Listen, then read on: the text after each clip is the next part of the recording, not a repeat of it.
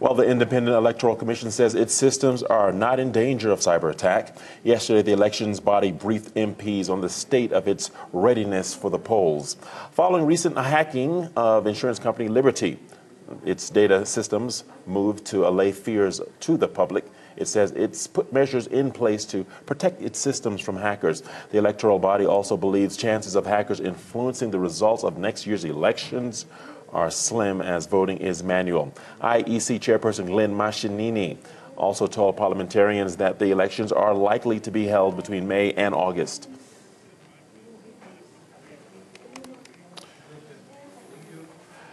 All right, cyber expert Dirk Visser joins us now in studio to discuss cyber crime.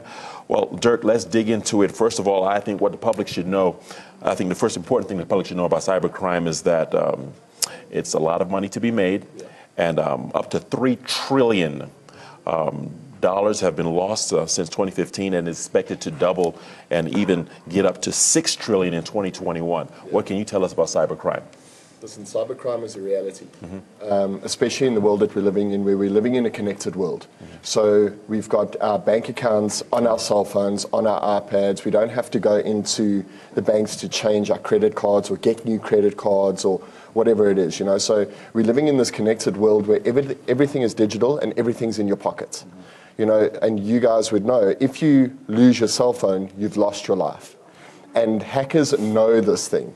You know, it goes down to something as small as, if you want to track your partner's whereabouts, if you've got their Google logins, you can check on Google Maps where they've been according to where their phone has been. Well, I didn't know that. Yeah, so you've got to be careful with that. So if you're looking for your side bay, like, that's the best way to do it. But we've got to be very careful with the information that we put out there. Okay. And also the passwords and security that we put on for ourselves. Because the problem is a lot of people use the same password for every account. And that's something that is extremely dangerous, because you lose that password or you lose that email account, everything is open and everything's ready to be hacked.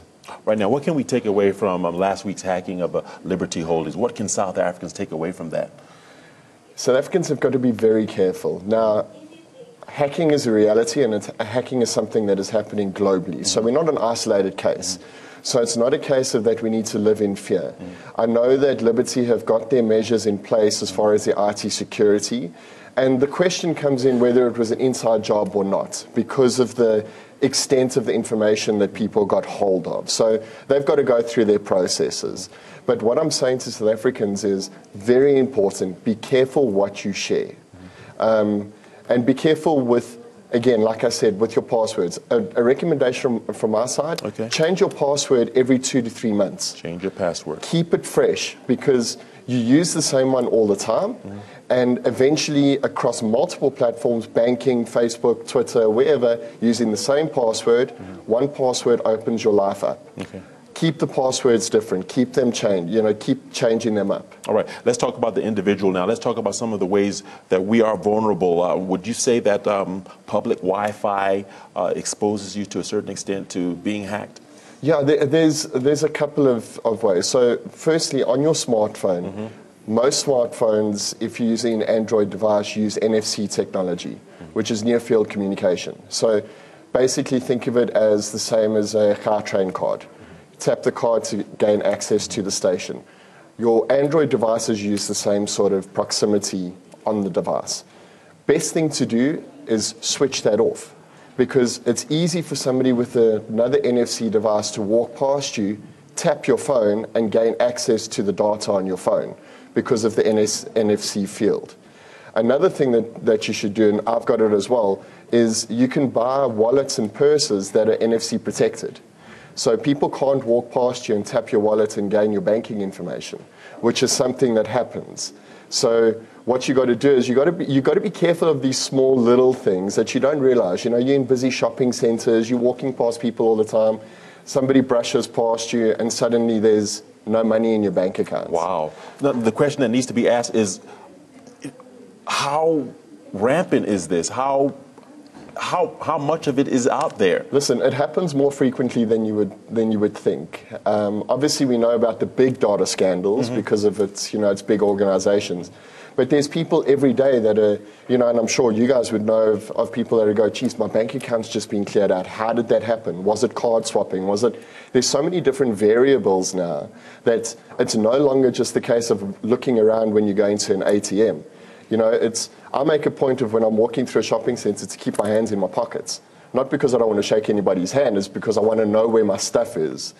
So we've got to be very careful and very wary of this stuff that's happening, because it can happen in the blink of an eye. Okay, so now we've talked about lax controls in the public Wi-Fi. That could leave you vulnerable. Yeah. What about illicit websites?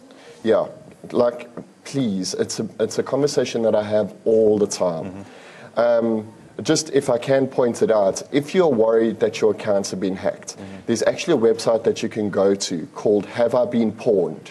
So it's PWNED, and you can register on the site, and what it does is it tracks multiple websites for any data breach hacks, and it will notify you if your email address has been hacked or your account information has been hacked. And it's a nice way just to keep up to date with it. But obviously, guys, if the website looks dodgy, it is dodgy. Those links on Facebook and Twitter and all of that, the fake news sites, right.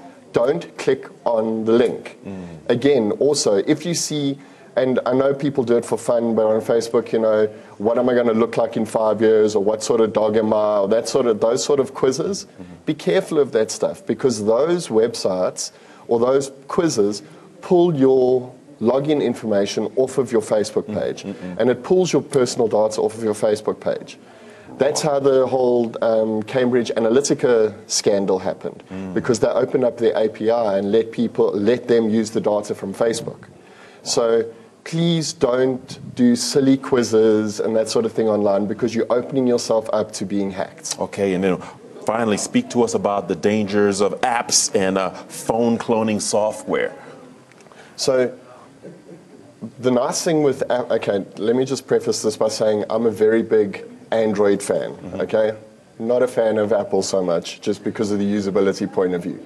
But Apple, a great thing about Apple is that every app on the App Store has to be verified, and it goes through a process of verification. So it's not freeware, where if you develop an app, you can put it through the Android system and it's available.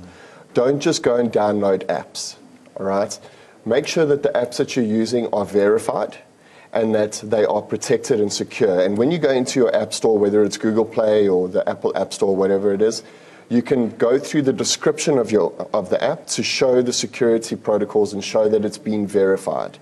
Always do that. Don't just randomly download apps, because that's going to open up your cell phone and your data to hacking. All right, Dirk Visser, we got to leave it right here, awesome. But thank you for that information. I'm sure the public really appreciates that.